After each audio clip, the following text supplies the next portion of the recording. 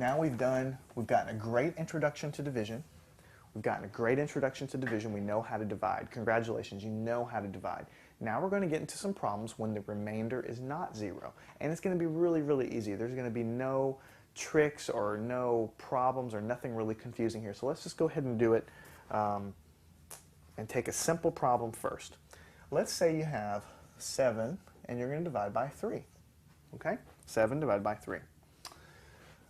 Well, what I'm going to do is I'm going to write the problem just like before, 7 divided by 3. And it's the same question as before. There's nothing different here. What you're doing is you're saying 3 times what number, which I'm going to write up here, is going to give me 7. 3 times what number is going to give me 7? Let's just go ahead and see if we can figure that out, okay? 3 times 1 is 3. That's not right because we're looking for 7, okay? 3 times 2 is going to give me 6. But that's not right because I'm looking for 7. 3 times 3 is going to give me 9. That's not right because I'm looking for 7. You see you have a problem here, okay? Because 3 times 2 is 6, so that doesn't really work, okay? And 3 times 3 is 9, and that doesn't really work. So you might look at this and you might say, well, there's nothing here that can equal 7. 3 times nothing will equal 7, okay? That's true. That's exactly right. So what you have here is a case where the division isn't going to have, you're going to have something left over after the division. That's the bottom line here, okay?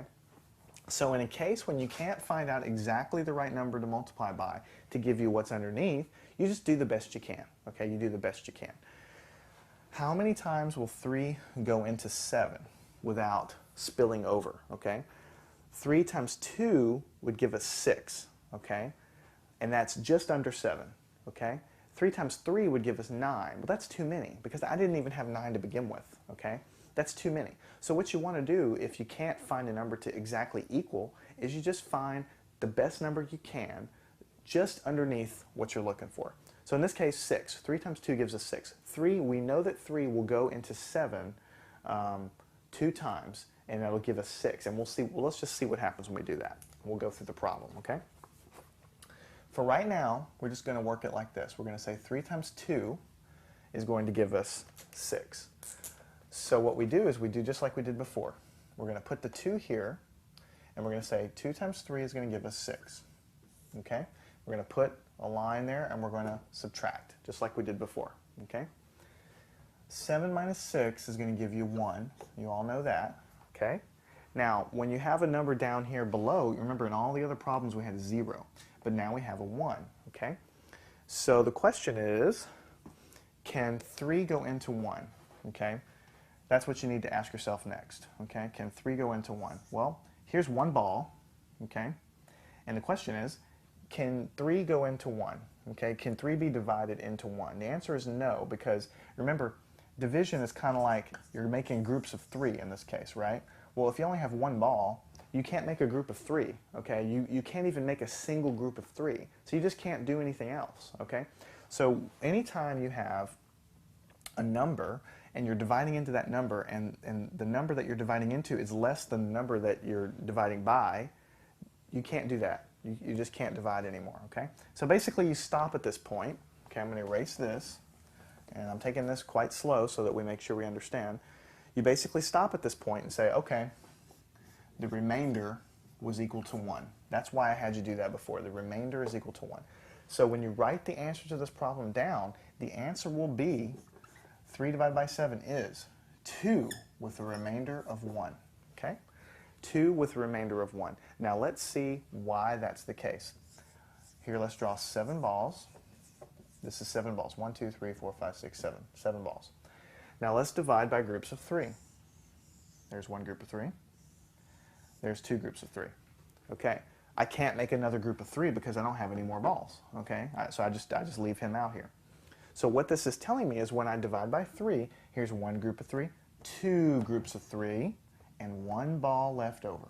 That's what that means. Okay, that's what the remainder means.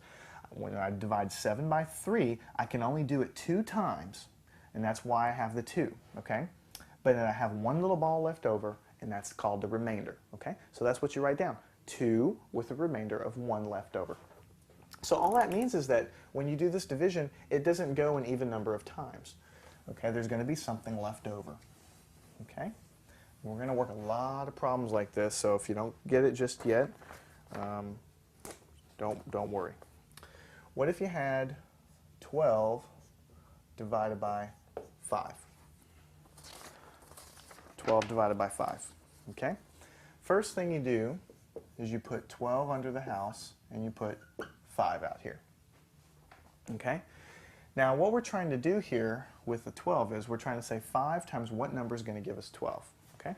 Well, you know that 5 times 2 gives you 10, and 10 is just less than 12, okay? And 5 times 3 gives you 15, but that's too much, okay? You don't want to put a number up here that's going to give you, when you multiply, it's going to give you more than what you started with. You want to pick the number that just gives you just less, just a hair less from what you're looking for. So that's why we're going to put a 2 here. Okay? 2 times 5 gives us 10, which is just less than what we're looking for. If you were to put a 3 up here, then you would have 15, and that's too many. I mean, you can't do that because you only had 12 to start with, so 3 times 5 would be 15. That's too many. Okay? So we put a 2 up there, and now let's go ahead and find what our remainder is. 2 times 5 gives you 10, so you always write the 10 down here. Okay? And now you got to do some subtraction. 2 minus 0 gives you 2, and 1 minus 1 gives you 0, so you don't have to write that down. So we're left with a 2. Next thing you need to ask yourself is, can you divide 5 into 2?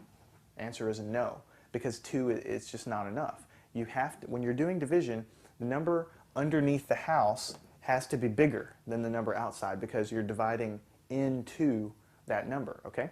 So 2 divided by 5, I could never make 5 groups because I've only got 2 things to begin with. So you can't do this division. You can't take 5 and divide it into 2. So basically you just stop, okay? You just stop and you say that the remainder is equal to 2, okay? The remainder is equal to 2. So the answer to this problem would be 2 with a remainder of 2, okay? Now let's figure out why that makes sense, okay? Let's go ahead and draw 12 balls. 1, 2, 3, 4, 5, 6, 7, 8, 9, 10, 11, 12. And we're dividing by 5. So here is a group of 5. Here is a group of 5. Okay? One group of 5, 2 groups of 5. So it can divide in 2 times, but there's 2 balls left over. And so that's exactly what that is, okay? So never forget, whenever you're doing this, you pick the best number you can so that when you take 5 times 2, it's going to give you a number just underneath the number that you're looking for, okay? So you have to use your multiplication tables. And then you do the subtraction, and you find out what your remainder is going to be. Okay. I'm going to do a few more problems here to kind of get the hang of it. So you see, remainder really isn't that hard. It just means how many things do you have left over after you do this division. Okay? So let's say you had something like 39 divided by 6. So what you would do first would you would have the 39 underneath the house, and you'd have the 6 over here. Okay? You'd have the 6 over here. So 6 times what is going to give you 39? Okay? If there's a number that'll do that, then that's going to be the answer. And if not, then you just pick the best number you can so that you just get right under 39 there. Okay? So let's just pick some numbers here. 6 times 5, let's just pick a number to start with. 6 times 5 would be 30. Okay, that's pretty close to 39, but let's see if we can get closer. Okay? 6 times 6 is going to give you 36. Okay? And that's even closer. So that's even better. Okay? But let's see if we can get closer. Okay? 6 times 7, okay, is going to give you 42, okay? 6 times 7 is going to give you 42. That's too much because we only started with 39. So we don't want that one. We want to get just close enough, okay, but not too much, okay? So 6 times 6 gives you 36, and that is the closest we can get. So we're going to put a 6 over here because we're dividing into 39. We put it over the right-hand number there, and that's going to give you 36. Okay, so let's go ahead and see what our remainder is. 6 times 6 is going to give you 36. And we subtract this, okay? Let's see what our remainder is. 9 divided by 6, 9 minus 6 is going to give you 3. 3 minus 3 is going to give you 0, and so on. So The remainder is basically going to be 3 because you can't do any more divisions, you see. You try to take 6 and divide it into 3. You can't do that because this number is too small. You can't make a group of 6 things when you only have 3 to begin with, okay? So you can't do any more division here. And what you end up saying here is the remainder is going to be equal to 3. So the total answer to the problem is going to be 6 with a remainder of 3. Okay? 6 with a remainder of 3. Okay? Now what you would do to check this graphically is you could take and you could draw 39 circles all along the board. And you could divide it up into groups of 6, into groups of 6, into groups of 6. And what you would see is that you would have 6 complete groupings, okay? But there'd be 3 balls left over, okay? The 3 balls left over. And that's all remainder is. It's just how many things do you have left over, okay? We'll do a couple more here, and then we'll move on to more challenging problems. Let's say you have 43 divided by 10, okay? So we're going to write that as 43 underneath the house and 10 on the outside, okay? So I'm taking 10, I'm dividing into 43.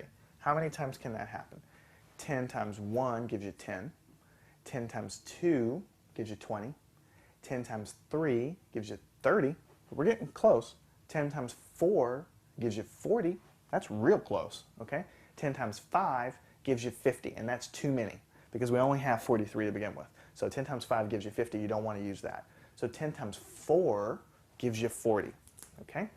So I'm going to put a 4 up here. We think that's as close as we can get, okay? So let's check. 10 times 4 is going to give you 40, and then we're going to subtract here. 3 minus 0 is going to give us 3. And 4 minus 4 is going to give us 0, so we're just not going to write that.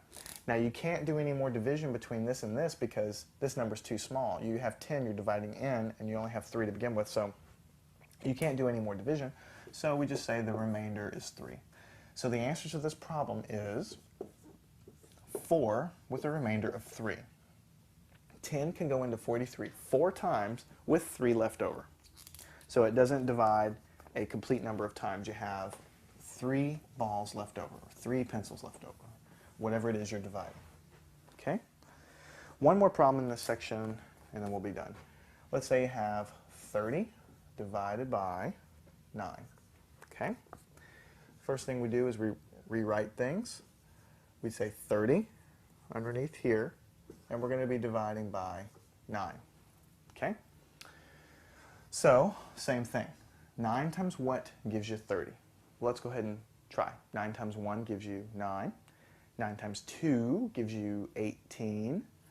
9 times 3 gives you 27. Now we're getting real close, okay? 9 times 4 gives you 36, okay?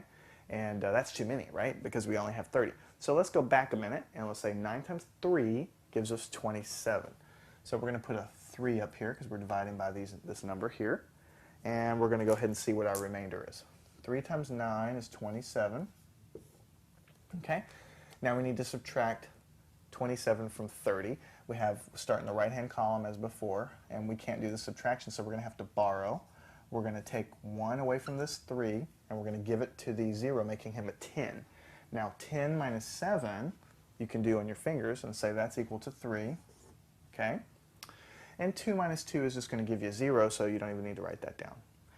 Now, you have a number 3 down here, and you can't divide this 9 into that 3 any at all because you just can't, because this is a number that's too small. You're trying to make a group of 9 things, and you only have 3, so you just can't divide anymore.